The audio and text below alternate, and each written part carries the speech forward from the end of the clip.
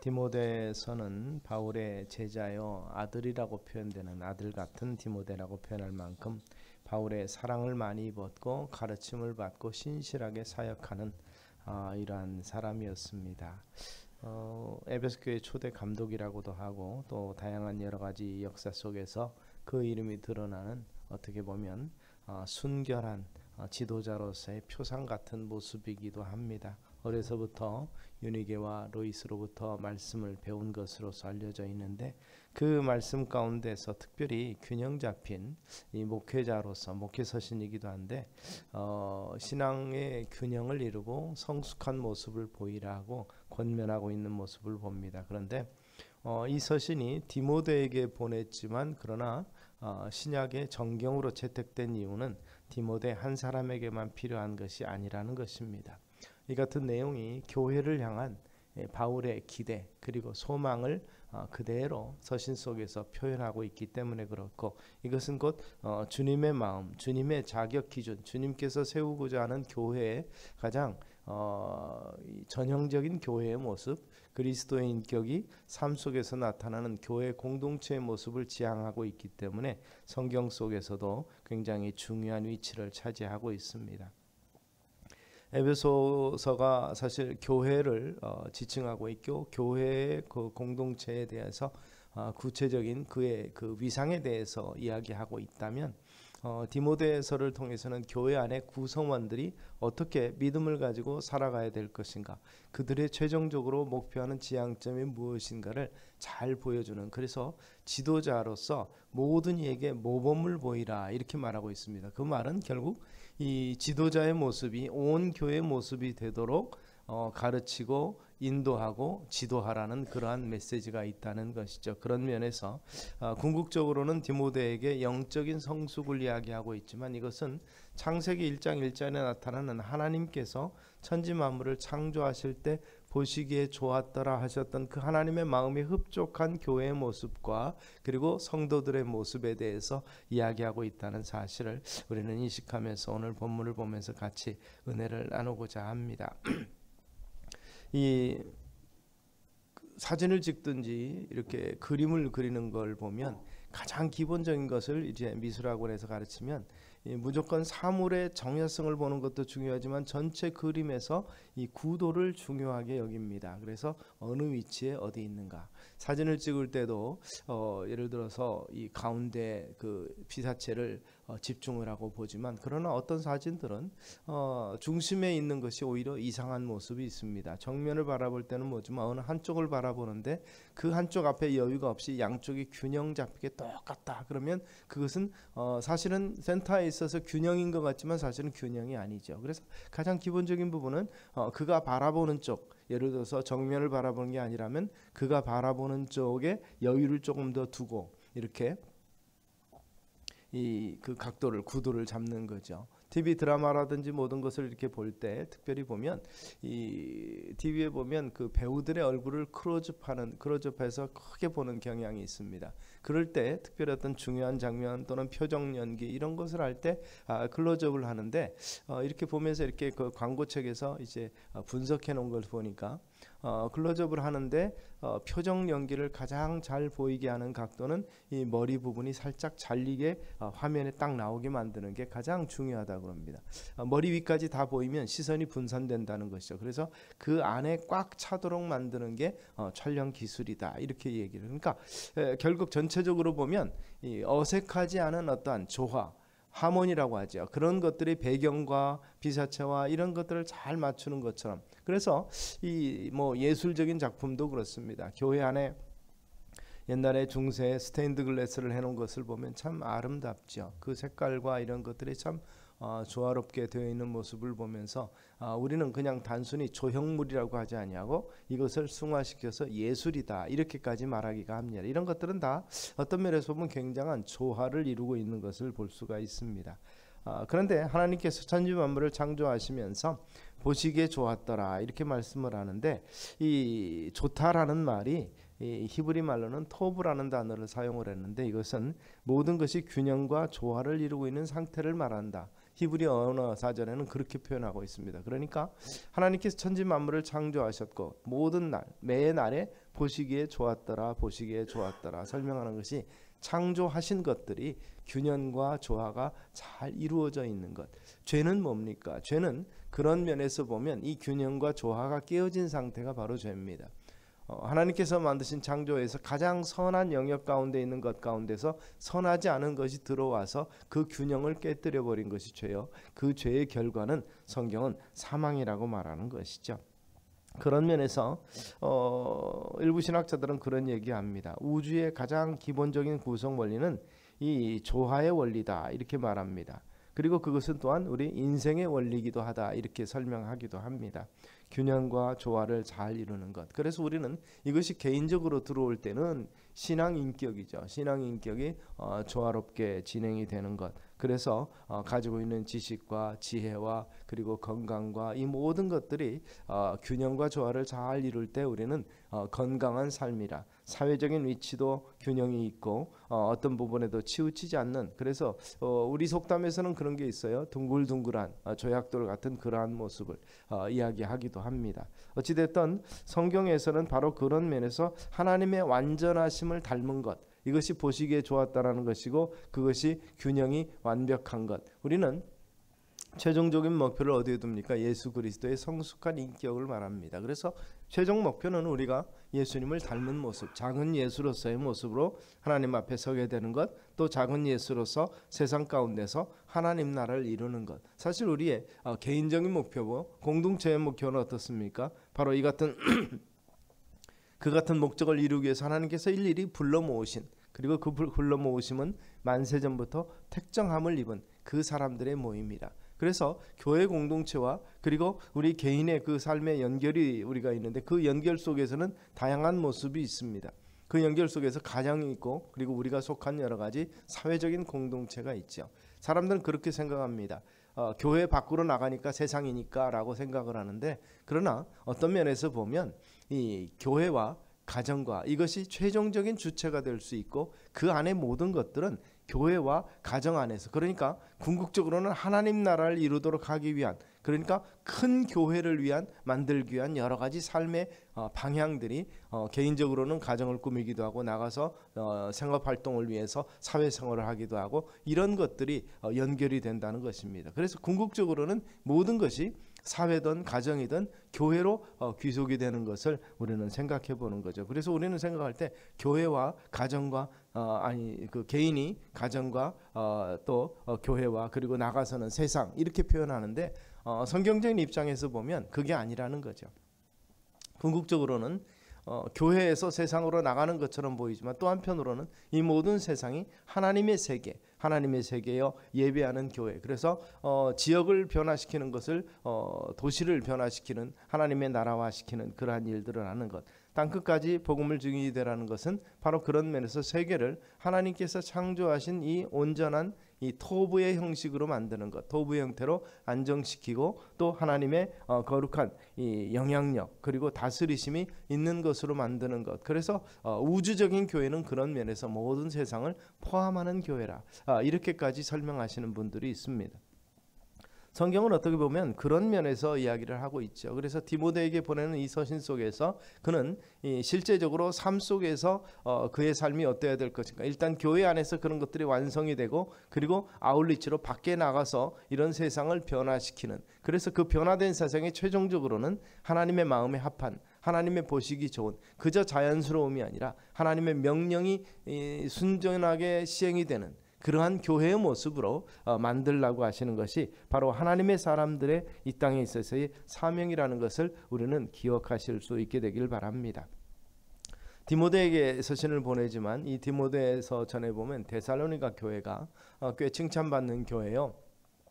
어떻게 보면 초대교회 속에서 괜찮은 교회. 그래서 여러 서신들 중에서 가르침이 있고 그리고 바울이 기대하는 목표치에 대해서 다 서신들이 있지만 그러나 데살로니가 교회는 어떤 면에서 보면 굉장히 칭찬이 많은 교회라고 볼 수 있습니다. 그래서 그 소식을 듣고 바울이 굉장히 기뻐하는 모습으로 서론 1장과 3장까지를 대부분을 차지하고 있는 모습이 있습니다. 그래서 그 데살로니가 교회를 보니까 그렇게 성장하고 좋은 교회인데 두 가지 특별한 경향이 있는 것을 우리는 데살로니가서를 통해서 보게 됩니다. 자신들이 보면 종말에 대한 내용인데 자신들이 살아있는 동안에 주님께서 재림하는 것을 눈으로 볼 수 있으라고 초대교회들은 대부분 다 믿고 있었던 것처럼 데살로니가 교회도 그러한 믿음을 가지고 있었습니다. 그런데 얼마 지나지 않아서 주변의 동료들이 이제 죽음을 맞이합니다. 천국 가는 거죠.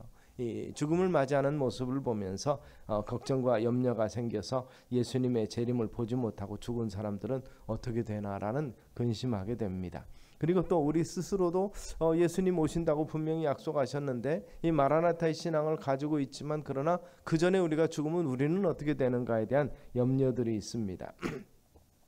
어떤 분이 그런 얘기예요. 이게 참 유치한 질문인 것 같다 이렇게 얘기를 하는데 어떻게 보면 유치한 질문이기도 한데 그것이 경험해보지 못했기 때문에 그럴 수밖에 없다라고 신학자들은 분석을 합니다. 그 당시 초대교회 사람들은 바로 이 주님께서 오시는 것에 대해서 죽은 자들의 부활에 대해서 메시지는 있었지만 그러나 가르침은 있었지만 그것을 실제적으로 경험해보지 못한 그런 면에서 주님께서 가르친 그 내용이 완전히 이해되지 못한 초대교회 복음의 초기적인 모습이었다는 말이죠.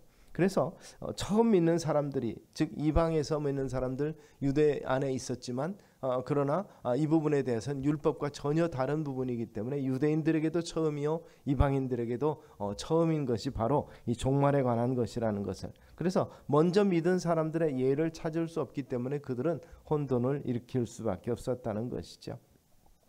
주님의 그때 그 마지막 때의 심판 때라든지 다시 오실 그 주님을 맞이할 이 준비가 사실은 지식적으로도 부족하고 영적으로도 부족한 상태였기 때문에 그들이 생각하는 것은 오늘 우리들이 생각과 비슷해요. 주님이 재림하시는 그날 다시 오시겠다고 약속하신 그날에 징조라든지 기타 여러 가지 좀 알면 준비를 잘 할 텐데라는 생각을 할 수밖에 없는 것이죠. 그래서 그 시기에 맞춰서 준비할 수 있도록 불안한 마음이 평안해지기를 원하는 그러한 생각을 가지고 있는 사람들이 있습니다. 그러다가 예수님의 재림을 절실히 기다리다가 지쳐서 예수님의 재림이 없다 이미 끝났다 이렇게 주장하는 사람들까지도 생깁니다. 결국 그래서 이제는 뭐 종말이 없다라고 말하는 사람들까지 생김으로 인해서 그들은 자기 멋대로 육체대로 살아가는 사람들이 생기기도 합니다. 또 한편으로는 이 종말에 대해서 생각해 볼 때 가장 우리 기독교 역사 속에서 이 마지막을 소망하는 그러한 생각을 가지고 가르침과 기타 실행과 이런 부분들이 이 극명하게 결국 대조되는 결과가 가져온 것이 바로 종말론이라고 볼 수 있는데 사도 바울은 그런 면에서 이 극단으로 치우치지 못한 그러한 부분들을 지적하고 있다는 것이죠. 그래서 미래를 보면서 현재를 살도록 신앙의 균형 잡으라. 그래서 안 오신다라고 얘기하면서 이제는 끝이다라고 마음대로 방종하고 사는 것이 아니라 그런 부분에 대해서 우리가 분명한 약속을 믿고 인내하면서 기다리라. 마지막 때에 분명히 약속대로 본 그대로 오시라고 약속의 말씀을 분명히 지킬 것이고 그리고 그 안에서 죽은 자들은 복되도다. 성경이 약속한 것을 믿으라고 이렇게 교훈하고 있는 것입니다. 그러면서 언제 오시든지 그 상관없이 주님이 오실 날은 분명히 약속되어 있으므로 우리는 준비하고 있어야 된다라는 이야기에 대해서 우리가 그 안에 약속대로 주의 백성들 그래서 믿음의 조상들을 말합니다. 하나님은 죽은 자의 하나님이 아니라 산 자의 하나님이라. 먼저 믿은 아브라함과 이삭과 야곱이 하나님의 우편에서 하나님과 함께 있는 것을 믿어야 된다는 것을 강조를 해줬습니다. 그리고 또 하나의 문제가 있는데 은사에 관한 문제가 있습니다.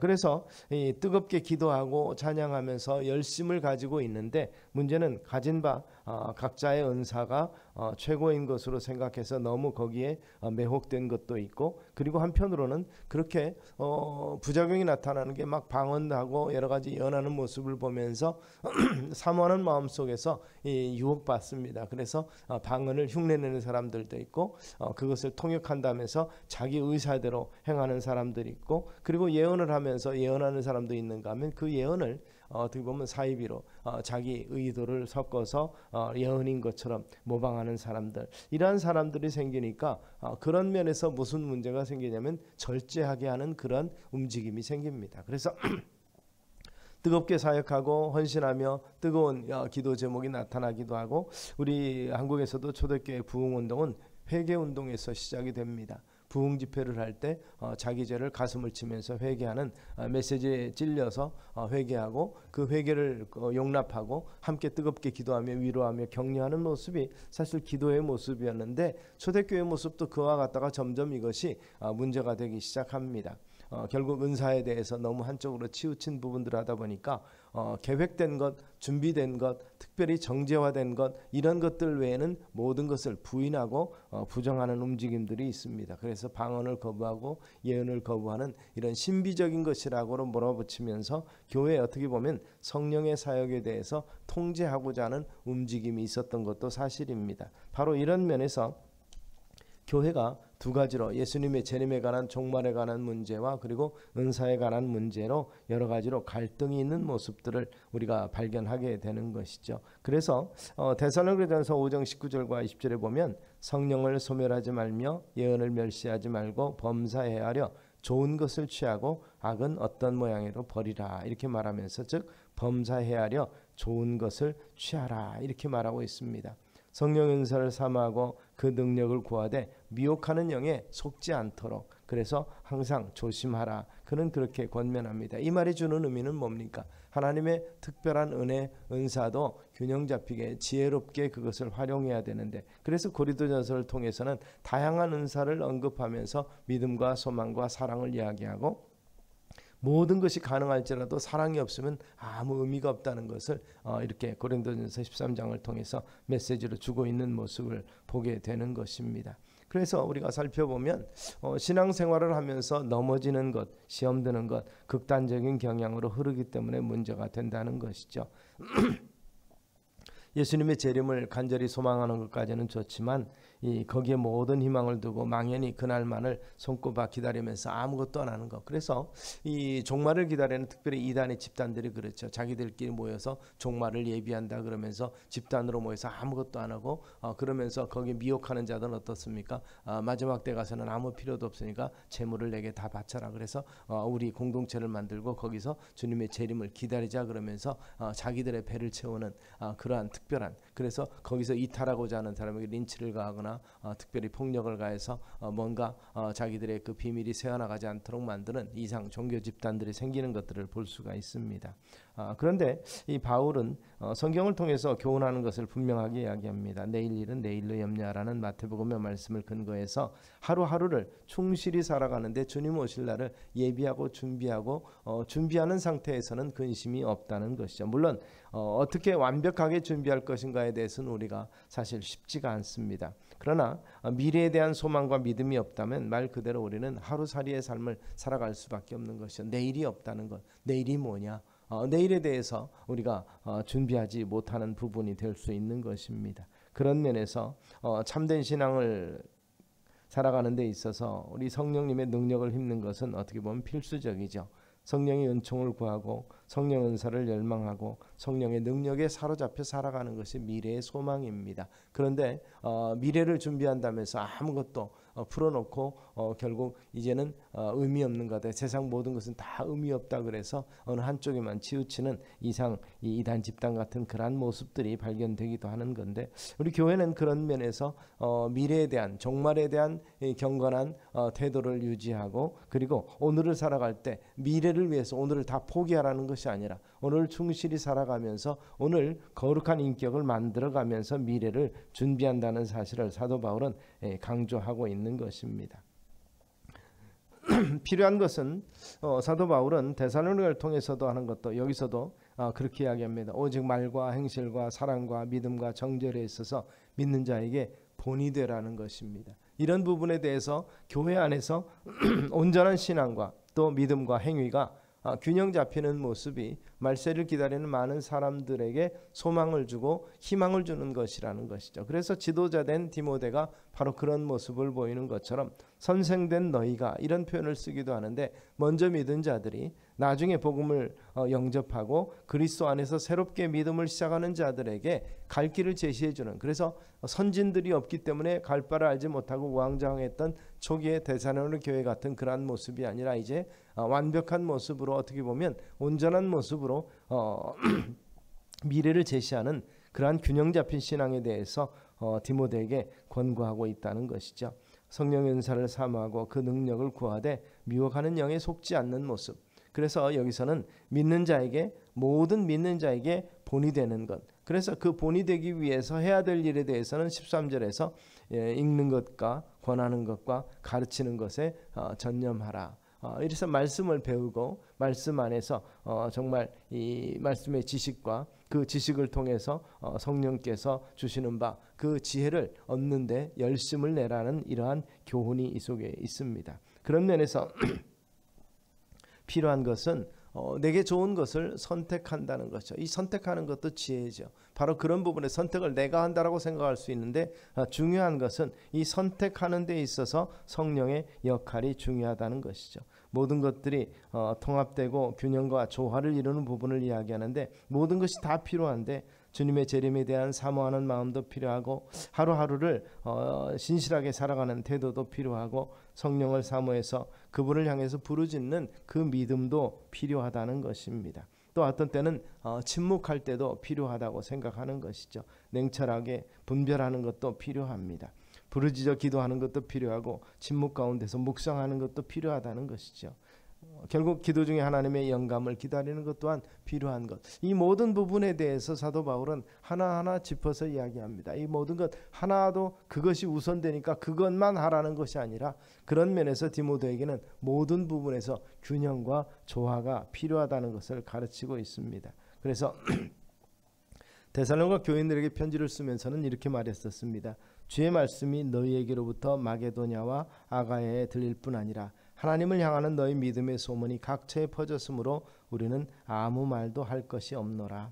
좋은 소문이 날 만한 믿음은 균형과 조화를 이룬 믿음이라고 말하고 있는 것입니다. 좋은 소식들이 아시아에는 각 교회, 그리고 정말 펼쳐지는 모습을 보면서 우리가 더 이상 할 말이 없다는 것이죠. 필요가 없다는 것이죠. 그래서 15절은 그렇게 말합니다. 본문 15절은 이 모든 일에 전심전력하여 너의 성숙함을 모든 사람에게 나타나게 하라. 물론 숨겨진 거, 겸양한 거 중요하지만, 그러나 성령 안에서, 말씀 안에서 성숙한 모습으로서 어떤 이 보여지는 그리스도의 인격이 나타날 것에 대해서는 우리는 열심을 내야 될 것입니다. 그래서 4장 16절은 그렇게 말합니다. 내 자신과 가르침을 살펴 이 일을 계속하라, 이렇게 이야기하고 있습니다. 그리고 이것을 행함으로 내 자신과 내 자신에게 내게 듣는 자를 구원하리라. 자신의 삶과 자신의 믿는 바를 항상 면밀히 살피지 않으면 균형과 조화가 깨진다는 사실을 늘 경고받으면서 살라는 것이죠. 그래서 이 같은 조화로운 것, 말과 행실과 사랑과 믿음과 순결에 있어서 믿는 이들의 본이 될 것을 권고하고 있다는 사실을 우리가 기억합니다. 다른 사람들의 본이 되기 위해서 영성생활하는 것은 아닙니다. 그러나 우리가 살아가는 것이 다른 사람에게 좋은 모범이 되고 그 사람에게 구원으로 이끄는 그러한 길이 된다면 얼마나 이것이 복될 것인가를 생각해 보는 것이죠. 그런 면에서 건강한 신앙생활은 극단에 치우치지 아니한 것입니다. 다양한 경향들과 함께 공존하고 경향들이 서로 조화를 이루는 것이죠. 서로를 인정해주고 존중해주는 교회가 건강한 교회일 것입니다. 어느 하나의 경향을 고수하면서 그쪽만 나가는 것이 아니라는 것이죠. 그런 면에서 어느 한쪽을 강조하는 부분들을 보면 이런 사람들이라든지 공동체일수록 영적 자만심이 강한 것도 사실이긴 합니다.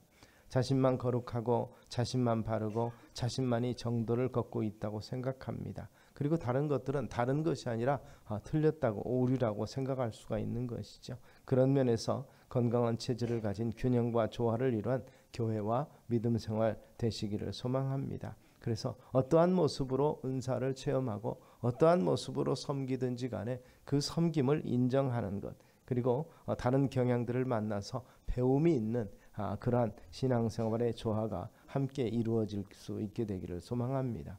그러면서 바울은 결론을 뭐라고 말하냐면 우리가 균형 잡힌 신앙생활하는 거 우리 노력으로 어느 정도 될 수 있다고 말합니다. 그러나 더 중요한 것은 우리가 노력하는 것만으로 되지가 않는다는 것입니다. 그 결국 인위적으로 해서 되는 것이 아니고 성령께서 조화롭게 만드는 일, 균형 잡힐 수는 있지만 서로 조화를 이루는 것, 하모니는 하나님께서 해 주셔야 된다는 것이죠. 성숙한 신앙에 이르고 성숙한 교회를 만들어내는 것은 우리가 노력해야 될 것이고, 또 한편으로는 조화를 이루는 일을 위해서 성령께 맡겨야 될 그러한 몫이라 이렇게도 볼 수 있습니다. 그래서 다른 것들에 대한 거부감을 거부하고, 그리고 존중하고 함께 성장하려는 의지가 우리에게 필요하다는 것이죠. 용기 있게 대면하면서, 그러나 한편으로는 성령께 겸허하게 자신을 내려놓을 수 있는, 그래서 자신의 주장만이, 자신의 방식만이 옳다라고 주장하지 않는 이러한 겸손함이 필요할 것입니다. 진리에 관해서는 분명히 성경이 이미 보이고 있는데 그 해석을 어떻게 하느냐에 따라서 달라질 수 있음을 봅니다. 그래서 성경의 해석은 바로 성령의 조명이 필요한 것이죠. 그 성경의 해석, 그 부분에 대한 진리를 바로 해석하는 진리에 대해서 자기 교만이 들어갈 때 이단들이 생겨나는 것입니다. 그런 면에서 신앙의 선배들의 해석과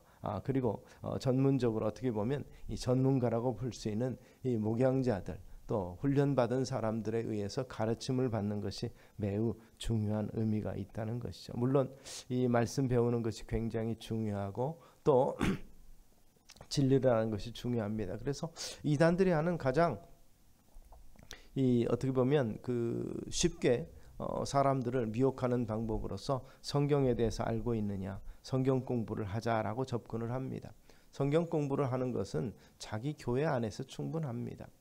자기 교회 안에서 훈련 프로그램을 가지고, 그리고 또 한편으로는 목회자가 인정하는 그런 면에서의 어떤 외부 기관과 또 연결이 된 것은 보는데, 자기가 찾아가는 것, 그래서 자기가 찾아가면 뭐가 좋습니까? 소문득을 찾아가고 자기 마음이 흡족한 것을 찾아가다 보면 이 굉장히 많은 오류들을 범하게 되는 것이죠. 그래서 그러한 상황에서 우리가 속한, 지금은 천국이 완성되지 않은 상태에서는 생각합니다. 다양한 교파들이 또 교단들이 존재하고 서로 다른 가르침을 하는 것처럼 보여지지만, 궁극적으로 보면 최종적으로 이 양과 염소를 이 가라지와 이 알곡을 가려내는 역할은 분명히 하나님께서 하실 일인데, 우리 각 교단들이 나름대로의 교리를 가지고 체계적으로 가르치는 내용들은 그런 면에서는 그러한 신앙의 전통을 따르는 것이기도 합니다. 그런데 뭔가 혁신적인 일을 꾸미는 사람들은 전통과 권위를 무시하는 일을 하기 시작하고, 그런 것들이 무시하기 시작하면 기존 권위와 모든 것들이 깨지면서 결국 그들이 주장하는 바를 하기 위해서 일단 드러나는 권위들을 깨는 역할들을 하는 것이 이단들이 하는 모습이라는 것을 우리는 깊이 생각하실 수 있기를 바랍니다. 그런 면에서 어떻게 보면 개혁적인 신앙은 지금도 우리가 종교개혁의 기치를 이어받아서 말씀으로 돌아가는 운동을 한다는 것인데, 그런 면에서 이 말씀의 가장 기준되는 부분은 어디서 정하게 될 것이냐, 결국 성령께서 조명해 주시고 깨끗게 해주시는 영을 우리가 받을 수밖에 없다는 사실을 우리는 기억하시기를 바랍니다. 이것이 우리가 겸손하게 말씀을 보면서 엎드려서 성령께서 조명해 주시도록, 그리고 성령께서 선한 인도하시도록 기도해야 될 내용일 것입니다. 그러면서 또 한편으로는 하나님께서 천지를 창조하실 때 보시기에 좋았다라고 말씀하신 것을 항상 기억하면서 조화롭게, 그래서 우리 눈에 정말 튄다고 하지요, 세속적인 표현으로. 그러한 모습에 대해서는 경계할 필요가 있는 것입니다. 열심히 특심인 것은 좋은데, 그러나 그 열심히 특심일 때 이것이 조화롭지 않은 상태에서 어느 한 면만이 강조되고 거기에 흔히 말하는 빠져 있다고 하죠. 그런 것으로 인해서 열심을 내게 될 때 분명히 문제가 생길 수가 있고, 이것은 그냥 단순히 지금 이야기 아니라 2000년 교회 역사를 통해서, 교회사를 통해서 보면 그런 부분들이 역사적인 기록으로 보여지기 때문에 그렇다는 것이죠. 그런 면에서 한때 선풍적인 인기를 끌고 있고 그런 면에서 센세이션을 일으켰던 것들이 지나고 보면 이것들이 문제가 있었던 것임을 우리가 발견하게 되는 것. 그런 면에서 시간이 또한 지혜롭게 행할 수 있는 이 판단력의 기준이 될 수도 있었던 것을 우리는 생각을 해봅니다. 그래서 그런 면에서 보면 이 성경이 기록된 것은 2000년 전 100년 어간에 다 기록이 됐지만 그때 성령의 지혜로서 기록됨으로 말미암아서 우리에게 지금도 분별력을 제시하고 있고 그리고 이 말씀을 분명히 알게 될 때 우리는 판단할 수 있다는 것입니다. 그래서 많은 이단들과 또 여러 가지 문제가 되는 집단들은 바로 이 정확한 말씀에서 벗어나는 것, 이 말씀 외에 또 다른 것이 있다고 강조를 합니다. 그리고 그 말씀을 자의적인 해석을 통해서 그 말씀의 의미가 전통적으로 해석요원과 전혀 다른 것이다. 요즘에도 유튜브 같은 것들 참 많이 보시게 되는데 나름대로 지도력이 있는 목사님들의 메시지 같은 경우는 그래도 안심하고 이렇게 볼 수 있겠지만 특별하게 갑자기 뛰는 사람들의 내용들을 보면 자극적인 이 썸네일이 붙어 있습니다. 그동안에 알고 있었던 이것이 절대 아니다 라고 부정하고 시작하는 메시지들이 참 많이 있어서 저도 도대체 뭘 주장하느냐 하면서 들어가서 보기도 합니다만 그러면 이 제목과 전혀 상관없는 내용들이 진행이 되고 있는 것을 볼 수가 있습니다. 그래서 우리가 미혹받지 않도록 하는 것과 또 한편으로 말씀을 연구하는 데 열정이 있다면 그러나 분명히 교회에서 기본적으로 가지고 있는 프로그램과 함께 또 우리는 공인된 프로그램들이 있습니다. 장로교회에서나 또 우리 교단에서 인정하고 있는 기독교 방송이라든지 또 여러 가지 이 매체들이 있습니다. 그런 데서 경건하게 나름대로 거기도 나름 문제가 있긴 있지만 그런 어느 정도 이 스크린이 되고 걸러져서 나오는 그런 부분에 대해서 우리가 잘 생각하고 선택을 해야 될 것입니다. 가장 기본적인 부분은 교회를 통해서 자기가 섬기는 지교회를 통해서 어떤 일들에 대한 이 접근을 하고 또 배움을 갖고 하는 것이 매우 중요하다는 사실을 이 바울이 지금 디모데를 통해서 그 교회 디모데가 사역하는 그곳에서 믿음의 본이 되게 하고 그것의 공동체를 키우기 위해서 그 안에서 성숙한 인격을 갖추기 위해서 힘써 전념하라 이런 표현을 쓰고 있는 것을 우리가 기억하시기를 바랍니다. 그래서 전심전력해서 너희 성숙함을 여기서 말하는 보기에 좋은 조화를 이렇게 볼 수 있고 히브리어는 이 토브를 알리게 하라 하는 그러한 메시지인 것을 우리가 기억하실 수 있게 되기를 바랍니다. 그래서 우리에게 필요한 것이 바로 인내와 용기와 시간이겠고 더욱더 성령의 도우심을 기대하는 겸손한 엎드림이라는 사실을 우리가 기억하면서 우리가 하나님 앞에 엎드리고 그리고 말씀에 도전해서 우리가 수용하는 그리고 순종하는 그러한 믿음의 삶을 살아가실 수 있게 되기를 바랍니다. 성령께서 우리 공동체 교회의 주인이 되실 때 우리의 이질적이고 다양한 요소들이 어울려서 아름다움을 드러낼 수 있을 것입니다. 우주를 창조하실 때 드러내셨던 이 조화로운 아름답게 만드시는 것, 완성시키는 역사가 오늘 우리의 개인적인 인격과 거룩한 공동체와 우리가 속한 가정과 사회 속에서 우리를 주님 보시기에 합당한 모습으로 믿는 자의 본이 되는 모습으로 만들어 가시는 것을 소망하고 기대하고 같이 열심을 낼 수 있는 우리 성도님들 되시기를 주의 이름으로 축원합니다. 기도하겠습니다. 살아계신 아버지 하나님, 주님께서 보시기에 좋게 만들었던 주님 마음에 합당한 모습으로 우리의 모습을 만들어 가시고 세워 가시며 공동체를 이루어 가시도록 은혜를 더하여 주시기를 원합니다. 우리의 공동체가 주님 마음에 흡족한 공동체가 되어서 주님의 뜻을 온전히 행하고 이룰 수 있는 그리고 세상 가운데서 비치고 소금인 모습으로 살아갈 수 있도록 거룩한 향기를 드러내는 거룩한 공교회가 되도록 은혜 더하여 주시옵소서. 이를 위해서 우리를 조롭게 참으로 세워주시는 성령의 거룩한 역사를 기대하며 소망하며 나가는 우리 되게 하옵소서. 예수님 이름으로 기도드리옵나이다. 아멘.